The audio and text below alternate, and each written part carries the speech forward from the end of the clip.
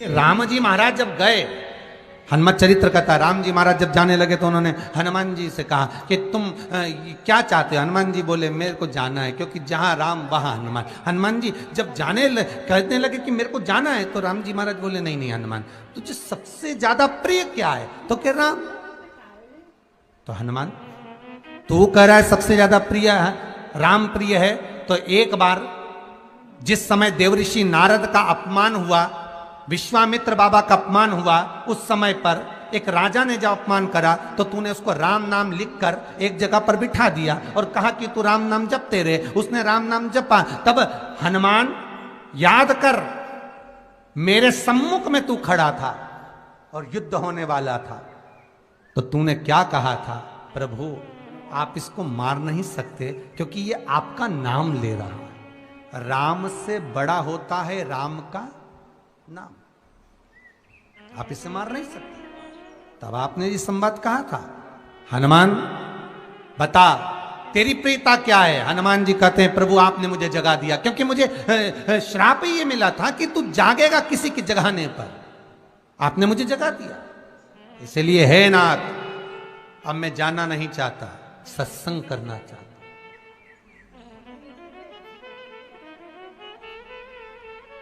श्री राम जी का चरित्र है। अब मैं सत्संग करूंगा, भजन करूंगा, नाम जाप करूंगा। पर राम जी जानते हैं, हनुमान से कहा हनुमान मेरा जाने का समय आ गया, मुझे तो जाना पड़ेगा ना। सीता पृथ्वी में चली गई, मुझे भी जाना है। मैं सरयू के जल में अपने प्राणों को त्यागूंगा, मानव का शरीर है, इसको त्यागना तो पड़ेगा ना हनुमान।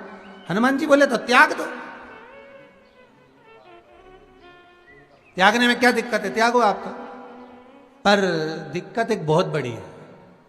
तो राम जी ने जैसी कहा दिक्कत बहुत बड़ी है, तो हनुमान जी पूछे ऐसी कौन सी दिक्कत है? हनुमान जी के शब्द सुने तो राम जी बोले, जब जिस समय पर तुम सूर्य को निगल गए थे, इंद्र को क्रोध आया था और इंद्र ने तुम पर वज्र का जब प्रहार करा था, जब वज्र का प्रहार इंद्र ने करा तब तुम्हारा नाम हनुमान हुआ। तब सारे देवी देवताओं ने तुम्हें वर प्रदान करा। उस जगह पर यमराज भी खड़ा था, तो यमराज ने तुम्हें वर दिया था कि जहां हनुमान होगा वहां यमराज नहीं होगा। अब दिक्कत यह है कि मुझे प्राण त्यागना है और तू मुझे 1 मिनट के लिए नहीं छोड़े, तो यमराज आएगा कैसे? दिक्कत वहां अड़ी पड़ी।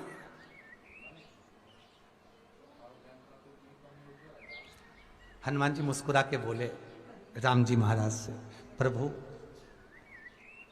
मैं आपके बिना रह नहीं सकता। तो राम जी बोले मैं भी जानता हूं कि तू मेरे बिना नहीं रह सकता, पर एक काम तो कर सकता है ना। क्या? मैं अगर कोई काम बताऊंगा तो तू करेगा कि नहीं करेगा? हनुमान जी बोले आपका काम और मैं ना करूं, ऐसा कभी हुआ है? जरूर करूंगा। ठीक है। बस अब राम जी महाराज ने सोच लिया कि हनुमान को जाने से पहले काम पर लगाना। अब वो कौन सा काम था? बोलो रे भाई। हनुमान जी को कहां काम पर लगाया राम जी ने? किस जगह पर काम पर लगाया? अरे सभी ने रामचरितमानस सुनी है, खूब सुनी, जल्दी बताओ।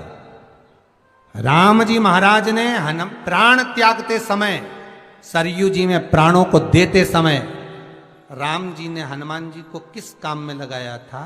कि राम जी ने अपने हाथ की एक मुद्रिका जिस पे राम लिखा हुआ था, वो मुद्रिका एक अयोध्या की एक सरंग में जमीन में डाल दिया और हनुमान से कहा जा जरा ढूंढ के लेके आ, मैं अभी घूम कर आया। और हनुमान जी तलातल रसातल भूमि के नीचे पताल में चले गए उस मुद्रिका को ढूंढने के लिए जिस पे राम लिखा है। और हनुमान जी पूछते भी जा रहे राम कहाँ है? राम की मुद्रिका पड़ी थी, राम की अंगूठी है। अब राम का ही सत्संग करते करते जा रहे। और राम जी चले गए सरयू, क्योंकि हनुमान अगर होगा तो यमराज नहीं आ सकता। हनुमान को यहां से हटाना पड़ेगा, तब यमराज लेने के लिए आ सकता। तब यम आए, और क्योंकि यम अपने नियम को धारण करेगा। चाहे कृष्ण हो चाहे राम। शंकर भगवान को धतूरा कब चढ़ाना चाहिए उसका विशेष ध्यान रखें। जैसे शिवरात्रि है, प्रदोष है, या सोमवार है, या कोई विशेष आपका उत्सव है, तो आप शिव जी को धतूरा चढ़ा सकते। या विशेष कोई बीमारी ऐसी लग गई है, या विशेष कोई तकलीफ ऐसी हो गई है जिसका निवारण नहीं हो रहा, तो आप धतूरा चढ़ा सकते। धतूरा चढ़ाने का भी एक क्रम है। हल्दी में भिगोकर धतूरा चढ़ाया जाता है लक्ष्मी के लिए। चंदन में भिगोकर धतूरा चढ़ाया जाता है आयु की वृद्धि के लिए। अबीर, अबीर एक सफेद कलर का बॉर्डर होता है। अबीर गुलाल जो होती है, गुलाल में अबीर डलता है, चमकदार, आपने देखा होगा अबीर होगा। तो अबीर में धतूरा जो डुबोकर चढ़ाया जाता है, अबीर को लगाकर चढ़ाया जाता है, वो रोग मुक्ति का होता है। काय के लिए होता है? वो रोग मुक्ति, रोग की मुक्ति। धतूरे का भी एक स्मरण होता है महाराज। बहुत भारी रोग है, बीमारी लग गई है, डॉक्टर अपना काम कर रहे हैं, घर का व्यक्ति बहुत बीमार हालत में पड़ा हुआ है, तो बेलपत्री के वृक्ष के नीचे भी शिवलिंग का निर्माण कर कर एक धतूरा समर्पित करा जाता है, जिससे रोग से मुक्ति होती है। उसमें ना तो हल्दी लगाई जाती है, ना चंदन लगाया जाता है, ना अबीर लगाया जाता है, केवल धतूरा चढ़ाया जाता है। पर भगवान शंकर को धतूरा क्यों चढ़ाया जाता है? वो धतूरे का प्रमाण क्या कहता है? तो शिव महापुराण की कथा में रुद्र संहिता के अंतर्गत महाराज अगर आप पढ़ेंगे तो उसमें व्याख्यान वर्णन मिलेगा कि मनुष्य के जीवन में प्रतिदिन असत्य बोलने में आता है।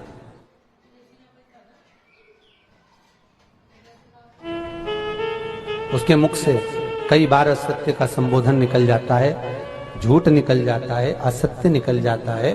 तो हमारे यहाँ शास्त्र कहता है सबसे पहला धतूरा भगवान शंकर को अगर किसी ने समर्पित करा था तो ब्रह्मदेव ने करा था महाराज। और उसका भी प्रमाण है कि हर चीज का प्रमाण होना चाहिए। देखो कि आखिर भगवान के मंदिर के पीछे क्यों नहीं प्रणाम करते, तो उसका भी प्रमाण होना चाहिए। कि कोई आपसे पूछे तो आप बता तो सकते हो, केवल कथा के माध्यम से नहीं, आप उसको बता सकते हो कि ये कारण है।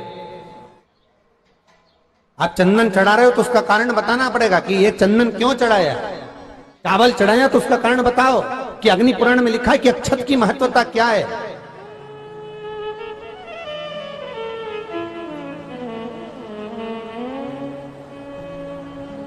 बेलपत्री चढ़ा रहे हो तो शिवलिंग का प्रमाण वर्णन करना पड़ेगा, लिंग पुराण को उठाकर बोलना पड़ेगा कि यह पार्वती का प्रतिबिंब है, ललिता जी का प्रतिबिंब है, सती का प्रतिबिंब है। एक एक चीज को आज के समय में अगर आप किसी को कोई राय दे रहे हो, कुछ बता रहे हो, तो प्रमाणित करना पड़ेगा कि ये आपको यहां से इसका वर्णन है और आपको ये करना पड़ेगा, उसके अनुसार ये कर्म है।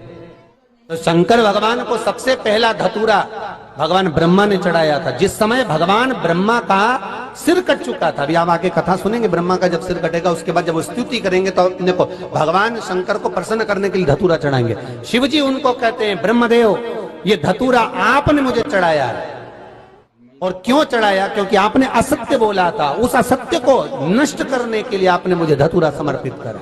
इसलिए हिंदू धर्म में नियम है, महीने भर में, 2 महीने में, 4 महीने में, 6 महीने में, साल भर में, 2 साल में, 1 साल में कम से कम एक धतूरा शंकर भगवान को समर्पित करना चाहिए। जिस दिन धतूरा समर्पित करो उसके पहले जितना समय निकला उसमें आपने अगर झूठ बोल भी दिया हो तो भगवान शंकर उसको नष्ट कर दें, इसलिए उस धतूरे का समर्पण होता है।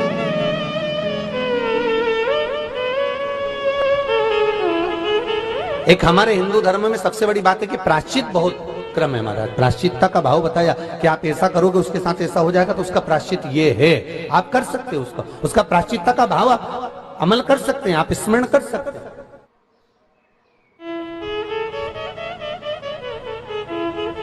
एक बात बहुत ध्यान से सुनिएगा,